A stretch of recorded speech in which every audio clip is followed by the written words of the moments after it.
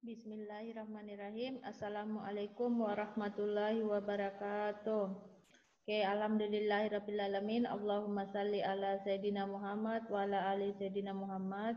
Baik, hari ini Miss akan mereview tematik bahasa Indonesia. Nah, untuk tematik bahasa Indonesia di tema 2, kita akan pelajari tentang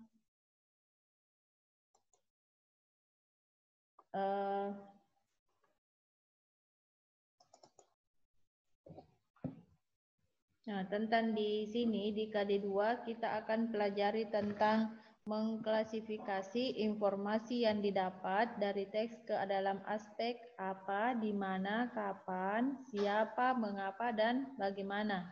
Baik.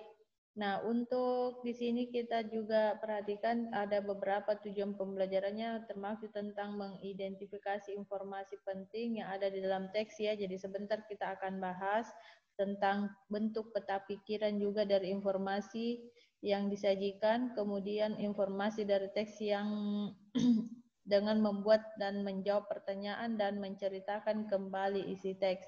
Nah, yang akan kita bahas pertama yaitu yang ada di subtema pertama ya. Di sini ada beberapa juga yang perlu diperhatikan.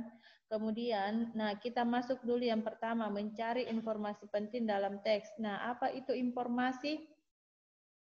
Informasi adalah sekumpulan fakta yang menggambarkan sebuah peristiwa atau kejadian tertentu.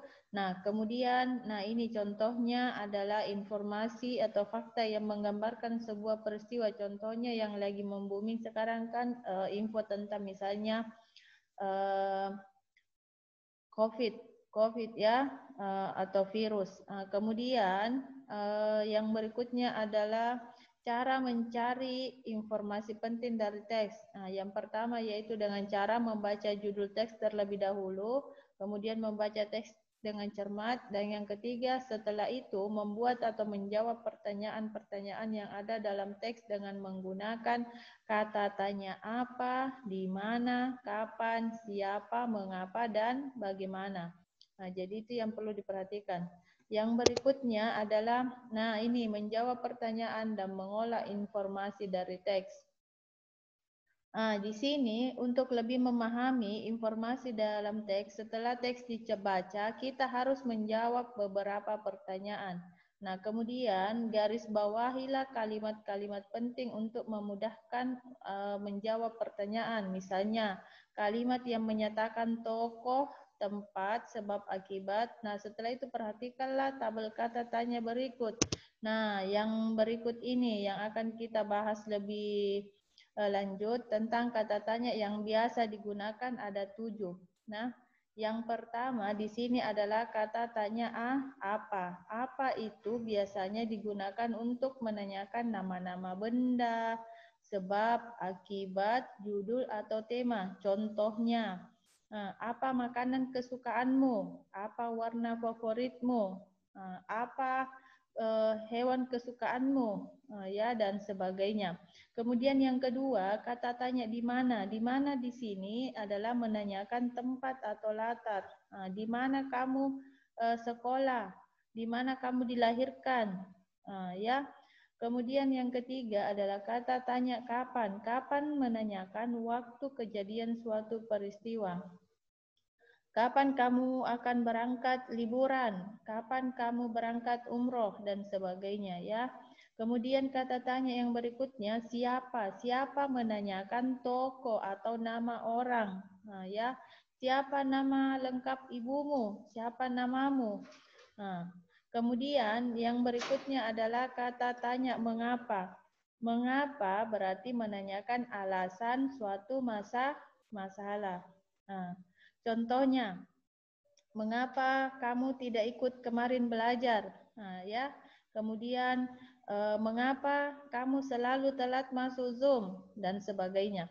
Yang berikutnya kata tanya bagaimana berarti menanyakan cara membuat proses urutan pendapat atau sikap.